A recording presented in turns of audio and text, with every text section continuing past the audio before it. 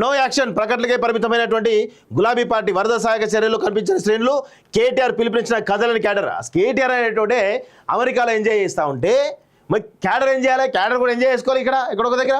అదే చేస్తూ ఉన్నారు వాళ్ళు. ఫీల్డ్ విజిట్లో 4-5 నేతలే సైలెంట్గానే పార్టీ అధినేత కేసీఆర్ ఉమ్మడి ఖమ్మం, వరంగల్, నల్గొండ జిల్లాలో వరదల కారణంగా ప్రజలు అవస్థలు పడుతున్నారు. ముంపు ప్రాంతాల్లో పర్యటించి ప్రజలకు భరోసా కల్పించాల్సినటువంటి బీఆర్ఎస్ కేవలం మీడియా ప్రకటనకే పరిమితమైందనేటువంటి విమర్శలు వ్యక్తమవుతున్నాయి. కేవలం 4-5 ప్రధాన నేతలు మాత్రమే ప్రజలు కలుస్తున్నారు. మిగతా వారు ఎవరు కేటీఆర్ ఆదేశాలు పట్టించుకోకపోవడం పార్టీలో చర్చనీయాంశమైంది. వాళ్ళు ఎందుకు పట్టించుకుంటారా? లీడర్ పోయి ఆడ ఎంజాయ్ చేస్తూ ఉంటే వీళ్ళు కూడా ఎంజాయ్ చేయాలనేటువంటి ఉంటుంది కదా. ఇగో చూడండి, ఇగో 2-3 ఈయన వేయండు, ఈయన మనిషిన కథ. ఈయన పోతే అవుతుందా పని? రాష్ట్రంలో భారీ వర్షాలు కురుస్తున్నాయి. ఉమ్మడి ఖమ్మం, వరంగల్, నల్గొండ జిల్లాలో వరదలు బీభత్సం సృష్టిస్తున్నాయి. అయితే ఇదే సమయంలో ఫీల్డ్ విజిట్తో ప్రజల్లో భరోసా కల్పించాల్సినటువంటి ప్రతిపక్ష బీఆర్ఎస్ మీడియా ప్రకటనకే పరిమితమైందనే విమర్శలు వస్తున్నాయి. ఆస్తి ప్రాణ నష్టం జరిగిన గులాబీ నేతలు రాకపోవడాన్ని పలువురు బహిరంగంగానే ప్రశ్నిస్తున్నారు. కేటీఆర్ పిలుపునిచ్చిన ప్రజల ఇబ్బందులను దృష్టిలో ఉంచుకొని పార్టీ శ్రేణులు సహాయక చర్యలో పాల్గొనాలని BRS party working president KTR పిలుపునిచ్చారు. ప్రజాప్రతినిధులు, నాయకులు, కార్యకర్తలు అప్రమత్తంగా ఉండాలని సూచించారు. అయితే 4-5 ప్రధాన నేతలు మినహా మిగతా వారు పట్టించుకోకపోవడం పార్టీలో చర్చనీయాంశమైంది. పార్టీకి 60 లక్షల మంది సభ్యత్వం ఉందని ఓవైపు నేతలు చెబుతున్నా సహాయక చర్యల్లో వారు కనిపించకపోవడంపై విమర్శలు వస్తున్నాయి. పార్టీ అధికారంలో ఉన్నా పట్టించుకోకపోవడంతోనే ఇప్పుడు పార్టీ శ్రేణులు పార్టీ పిలుపును సీరియస్గా తీసుకోవడం లేదనే అభిప్రాయాలు వ్యక్తమవుతున్నాయి. ఫీల్డ్ విజిట్లో 4-5 నేతలు ఎవరయ్యారు అంటే బొల్లం మల్లయ్య, పువ్వాడ అజయ్, వద్దరాజు రవిచంద్ర, అదేవిధంగా ఉమ్మడి వరంగల్లో MLA Satyavathi Rathod, greater Hyderabad Uppal MLA Laxma Reddy, కొందరు కార్పొరేట్లు మాత్రమే వరద ప్రభావిత ప్రాంతాలను పరిశీలించారు, సహాయక చర్యల్లో పాల్గొన్నారు. ఉమ్మడి నల్గొండ జిల్లాలో ఎమ్మెల్యే జయేశ్రెడ్డి, మిగతా ప్రాంతాల్లో మాజీ మంత్రులు, మాజీ ఎంపీలు, మాజీ ఎమ్మెల్యే దూరంగా ఉండడంపై విమర్శలు వస్తున్నాయి. ఆ జయేశ్వర్ రెడ్డి ఇక్కడికి వచ్చి హైదరాబాద్కి వచ్చి ప్రెస్ మీట్ పెట్టి మాట్లాడుతూ ఉన్నాడు సిగ్గు లేకుండా. పొట్టి జయేశ్వర్ రెడ్డి సైలెంట్గా కేసీఆర్ ప్రభుత్వం విమర్శలు రివర్స్ అట. అరే మీరు ఎక్కడ రాయన, మీరు ఏడు దొరికిన నాయన నాకు అర్థం కాదు. సిగ్గుశరం ఉండాలి కదా. మీరు పని చేయరు, కనీసం భరోసా ఇచ్చే ప్రయత్నం చేయరు. అక్కడ ఆర్ఎస్ఎస్ ఏమో అంత పెద్ద ఎత్తున పనిచేస్తూ ఉన్నది. మీరేమో ఎందుకు చాతగాని దద్దమ్మల్లాగా భయమా? ప్రజలు కాపాడడానికి భయం ఎందుకు మీకు? సిగ్గుండాలి కొంచెం, సిగ్గుశరం లేకుండా ఇంకా ప్రభుత్వం పైన విమర్శలు చేస్తూ ఉంటారు. వాడైతే ఆ ట్విట్టర్ వేదికగా ఇష్టం వచ్చినట్టు కామెంట్ చేస్తూ ఉంటాడు. వాడు ఏ బుద్ధి ఉండాలి, సిగ్గుంటే దమ్ముంటే రా ఇక్కడికి వచ్చి ఫీల్డ్లోకి పో. ఫీల్డ్లోకి పోకుండా ఈ డ్రామా ఆడేదిరా నాయన. నువ్వు హరీష్ రావు ఎక్కడో నువ్వు లేవా ఇక్కడ? మీరు మనుషులు, మీరు కథ ఏది ఉండదు. బురద లేట ప్రయత్నం, ఒక ప్రభుత్వాన్ని అస్థిరపరిచే ప్రయత్నం చేస్తున్నారు. అసలు వీళ్ళని బట్టలిప్పి కొట్టాలి వీళ్ళని ఒక్కొక్కరిని. సిగ్గుశరం లేకుండా మాట్లాడుతున్నారు దొంగ నా కొడుకులంతా. ఇగో రేవంత్ ఇచ్చిన మాట నిలబెట్టుకోట. ఏందిరా నాయన నాకు అర్థం కాదు. నువ్వు ఏడుండి మాట్లాడుతున్నావు?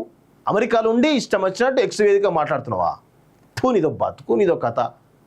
జల్సా చేయడానికి పోయి అక్కడ నుంచి ట్విట్టర్లో ఒక పోస్ట్ పెడితే అయిపోయింది అనుకున్నావా?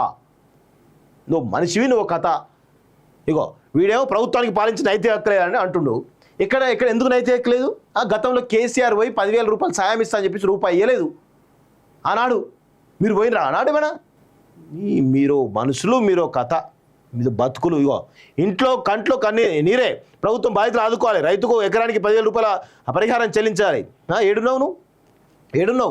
సిద్దిపేట ఎమ్మెల్యే, ప్రతిపక్ష నేతవు కదా, ఏడున్నావు?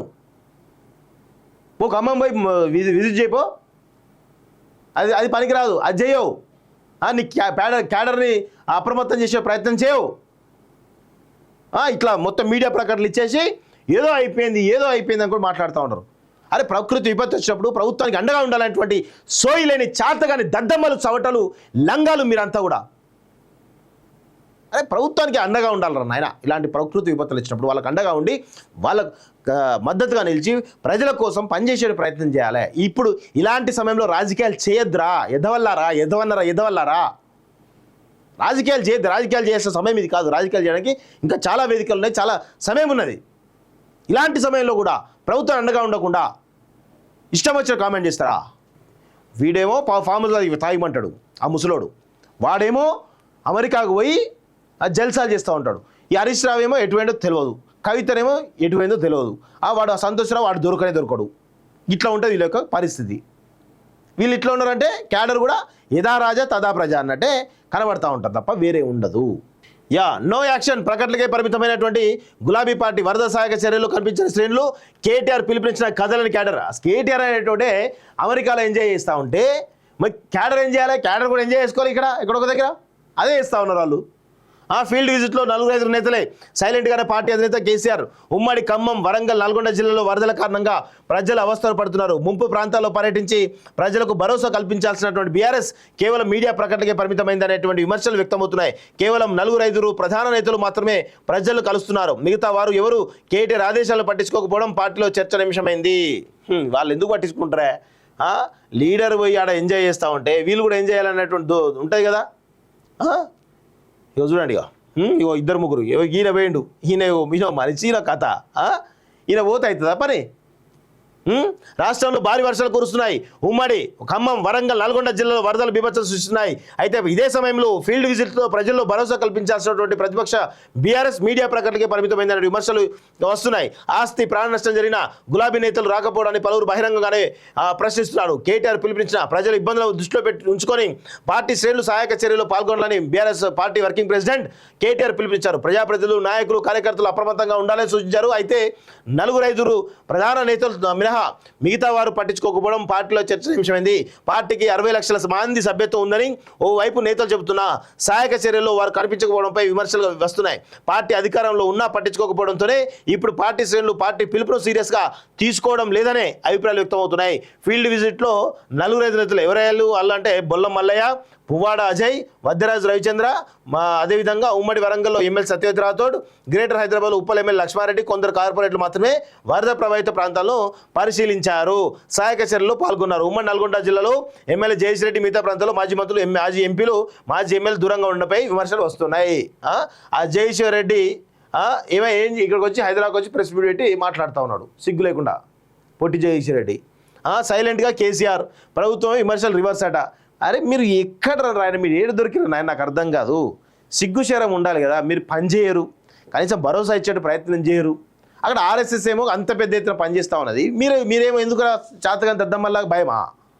ప్రజలు కాపాడడానికి భయం ఎందుకు మీకు? సిగ్గుండాలి కొంచెం, సిగ్గుశరం లేకుండా ఇంకా ప్రభుత్వం పైన విమర్శలు చేస్తూ ఉంటారు. ఆయన వాడైతే ఆ ట్విట్టర్ వేదికగా ఇష్టం వచ్చినట్టు కామెంట్ చేస్తూ ఉంటాడు. వాడు ఏ బుద్ధి ఉండాలి, సిగ్గుంటే దమ్ముంటే రా ఇక్కడికి వచ్చి ఫీల్డ్లోకి పో. ఫీల్డ్లోకి పోకుండా ఈ డ్రామా అంటే ఎదురా నాయన నువ్వు? హరీష్ రావు ఎక్కడో నువ్వు లేవా ఇక్కడ?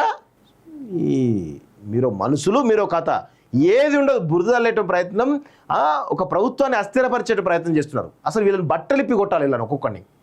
సిగ్గుశరం లేకుండా మాట్లాడుతున్నారు.